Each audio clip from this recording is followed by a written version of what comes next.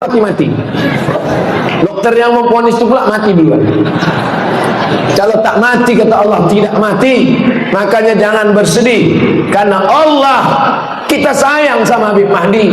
Saya aja yang baru kenal tahun 2017 sampai 2023, baru 6 tahun kami kenal. Luar biasa baiknya beliau. Apalagi sahabat-sahabat Mas Pura, Ustadz Kemas Ali, apalagi para habaib kita. Maka tak terbayang bagaimana sakitnya. Tapi Allah yang lebih sayang kepada dia.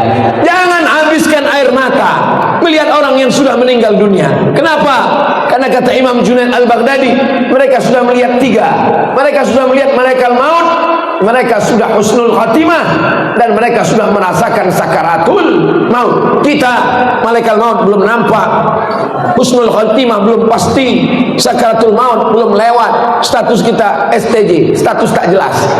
Mudah-mudahan kita semua berakhir dengan husnul khatimah insyaallah. Menangis tetap menangis, saya tetap menangis mencium jenazah Habib Mahdi. Pulang saya dari Jeddah, berhenti di Jakarta Transit, sudah dipanggil ke pintu pesawat, tak jadi saya pulang ke Pekanbaru. Saya alihkan penerbangan ke Palembang untuk berjumpa terakhir kali. Ya Allah, izinkan aku terakhir kali datang ke rumah ibunda Habib Mahdi bin Syihab. Walaupun tak sempat, tadi baru datang saya ke kuburan beliau. Begitulah kasih sayang antara orang. Tapi ada yang lebih sayang lagi. Yang sayang adalah Allah Subhanahu wa ta'ala. Jadi yang sekarang umur sudah 40, 41, 42, 43, inilah masanya bertaubat nasuha. Yang 39 Pak Ustaz, bukan berarti yang di bawah 40 boleh mabuk sakau, bukan. Bukan itu maksudnya. Yang sudah 40, Nabi Muhammad diangkat menjadi Rasul umur 40 usia kesempurnaan. Usia kesempurnaan. Mudah-mudahan kita kalau dibeli umur 40-nya bernilai amal soleh insyaallah. Amin ya rabbal alamin. Halaman 9. Tulisan ini dibuat di atas langit, tidak di Palembang, tidak di Jakarta, tapi penerbangan dari Cengkareng ke Sultan Badarudin. Jam 18.30 naik Batik Air. Ini dapat iklan gratis sedikit Batik Air. Apa pelajaran yang bisa kita ambil di sini?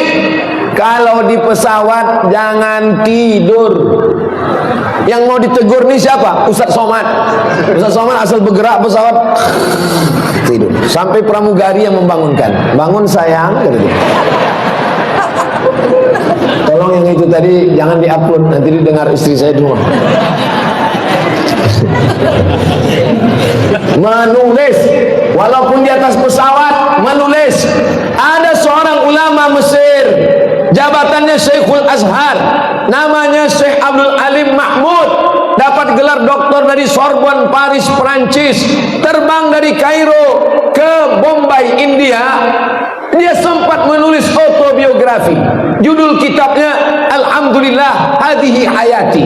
Ditulisnya buku itu di atas pesawat, selesai satu kitab. Tak ada waktu yang hilang sia-sia. Dan hari ini Masya Allah, rupanya Yuk Cici pun menulis ini di atas pesawat. Mengingatkan saya dengan Syekh Abdul Halim Mahmud. Maka tadi saya ditanya oleh Pak Mawardi Yahya, Ustaz Somad berapa jam tidur malam? Tadi di belakang beliau tanya, Ustaz berapa jam tidur malam? Saya bilang, saya Pak asal bergerak mobil itu tidur. Asal bergerak tidur. Jadi orang banyak sekali menyangka saya ini kurus karena tak tidur dan tak makan. Ustaz ini pasti makannya sedikit, tidurnya sedikit. Padahal sedikit-sedikit tidur, sedikit-sedikit makan. Jadi kalau saya ini kurus, ini memang sudah takdir. Bapak Ibu yang dimuliakan Allah, manfaatkanlah walaupun terbang, walaupun di atas pesawat, menulis, karena semua waktu akan ditanya Allah. La tus'alunna yauma idzin 'anin na'im. Semua waktu kita akan ditanya Allah. Makanya Allah bersumpah demi waktu 6 kali dalam Quran. Waktu subuh, was-subhi idza tanaffas, waktu fajar, wal fajri wa layalin ashr, waktu duha, wad-duha wal laili idza saja, waktu siang, wan nahari idza tajalla, waktu petang, wal asri innal insana lafi khusr. Waktu malam, wal laili idza yaghsha, wal laili idza tajalla. Begitulah Allah Subhanahu wa taala. Wan nahari idza tajalla, wal laili idza yaghsha, wad du'a wal laili idza saja. Jadi waktu inilah yang paling banyak. Dulu waktu itu dibagi 3. 8 jam tidur. Kalau tak tidur 8 jam kena penyakit 5L. Lemah, letih, lesu, letoy, loyo, lunglai. 8 jam kerja, masuk jam 8 pagi, pulang jam 4 sore. Yang 8 jam tak tahu pergi kemana. Yang 8 jam habis update status, scroll Instagram, YouTube, Netflix, habis semua waktu kita.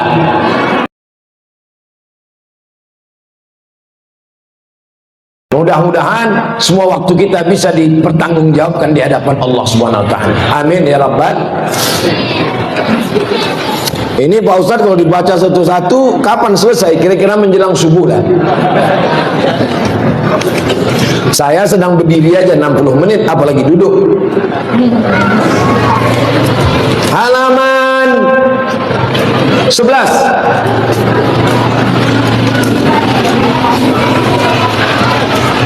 Halaman 11. Coba tengok di alinea terakhir paling bawah, halaman 11. Ibuku biasa kami panggil Umi, bernama Hajjah Sophia binti Tarmizi, lahir tahun 1947. Seorang wanita sederhana, penyabar, baik hati, kasih sayang, solihah, istiqomah, banyak beribadah. Ini renungan untuk ibu-ibu. Kira-kira nanti ibu-ibu bisa tak anaknya mengingat macam ini? Insya Allah, amin. Jangan sampai nanti ibu anaknya menulis, emakku tukang mengamuk, apalagi kalau akhir bulan, rambutnya macam mak lampir, memanggil anak-anaknya hantu setan. Ini adalah kejujuran seorang anak. Bagaimana beliau menyifati ibunya? Ibuku wanita sederhana. Nih, walaupun rumah makan sederhana, tidak sederhana. Ibuku seorang yang sederhana, penyabar. Ini untuk ibu-ibu yang tak sabar, sikit-sikit mengamuk, sikit-sikit marah. Bukan cuma anak, lakinya pun dicampakkannya ke Sungai Musi. Baik hati, penuh kasih sayang. Jadi kalau ibu mau anak ibu membangunkan masjid, maka ibu mesti menjadi penyabar. Tapi bukan berarti penyabar lalu anak ibu pacaran ibu biarkan. Bu, ku bawa anak ibu jalan-jalan ya. Bawalah. Sampai subuh ya bu, enggak apa-apa. Kata Ustaz Somad, kita mesti sabar. Itu bukan sabar, bodoh. Ibu mesti marah, ibu mesti mengamuk kalau anak tidak menutup aurat. Air hujan jatuh tidak jauh dari pincurannya.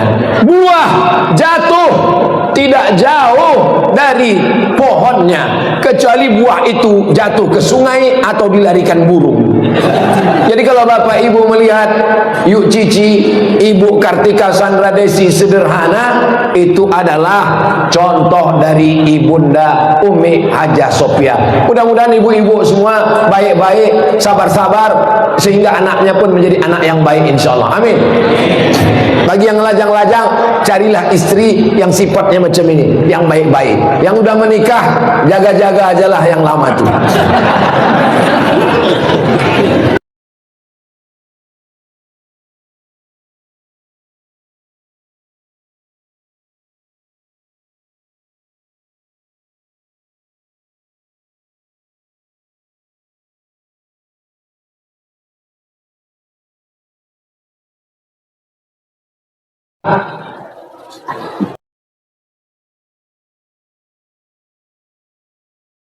Karena Umi tidak pernah aku melihatnya dalam amarah, tak pernah dia bercakap kasar,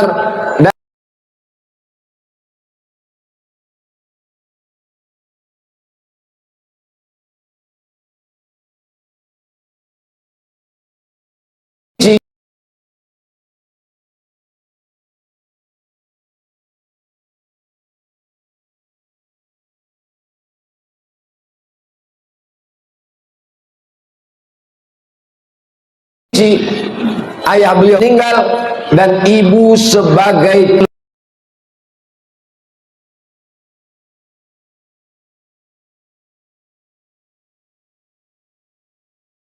otomatis ayah ikut. Jika sebut ayah, maka ibu tentu ikut. Jadi jangan nanti kalau ditanya kenapa tak nama ayah, berarti durhaka kepada ayah. Tidak, karena ibu luar biasa. Ibu tiga, melahirkan, mengandung, menyusui. Jadi kalau bapak mau dapat tiga, cobalah yang tiga ini. Balik dari sini, beli kelapa, ikat di perut itu 9 bulan 10 hari. Balik dari sini, beli mangga, telan bulat-bulat, keluarkan bulat-bulat. Wahnan ala wahnin, lemah di atas lemah. Wa amluhu wa fisaluhu fi amaini, mengandung dan menyusukannya selama 2 tahun. Robek tulang dagingnya, melengkung tulang belakangnya, hilang penciumannya, busuk bau dunia. Setelah lahir, apa yang bisa kita balaskan? Maka yang kita balaskan membangunkan masjid, mengalir pahala jariahnya untuk mereka sampai hari kiamat insyaallah. Amin.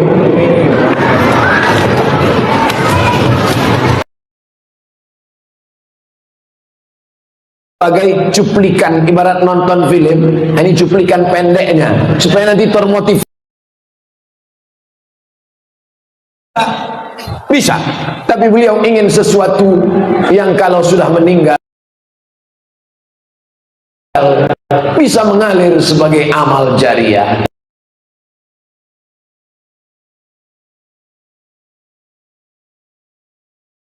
Dia memilih jalur yang kedua.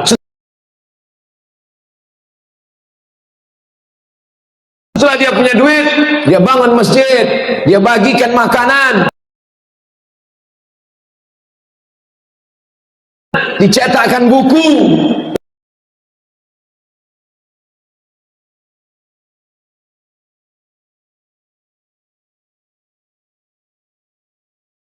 Mudah-mudahan ini menjadi inspirasi.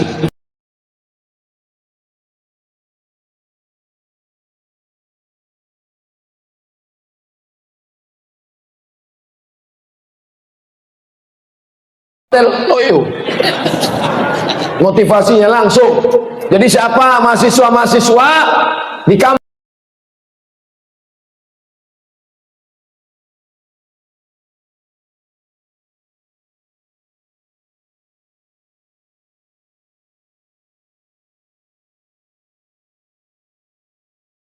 dua dini hari, alarm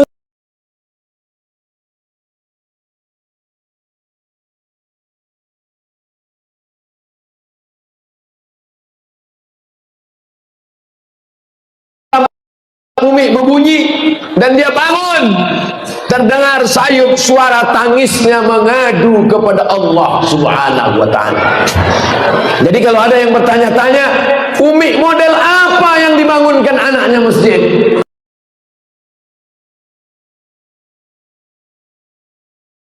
Yang bangun jam 7 pagi,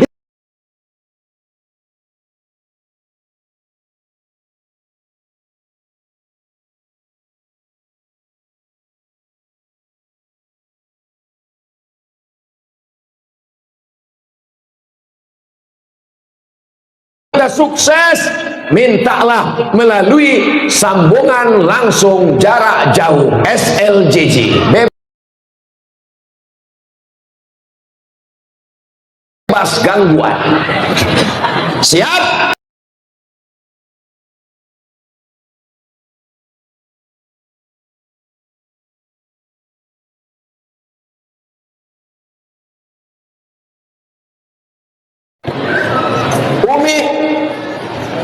Alenia Tengah, izinkan aku menjual rumah ini, berapapun duitnya, semuanya akan aku bangunkan ke masjid.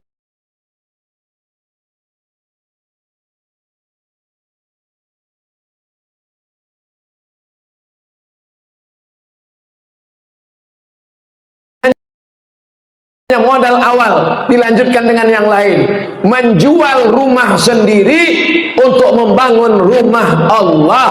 Man bana masjidan, siapa yang bangun masjid banallah mislahu baitan fil jannah, dibangunkan Allah hendaknya tempat di surga insyaallah. Amin.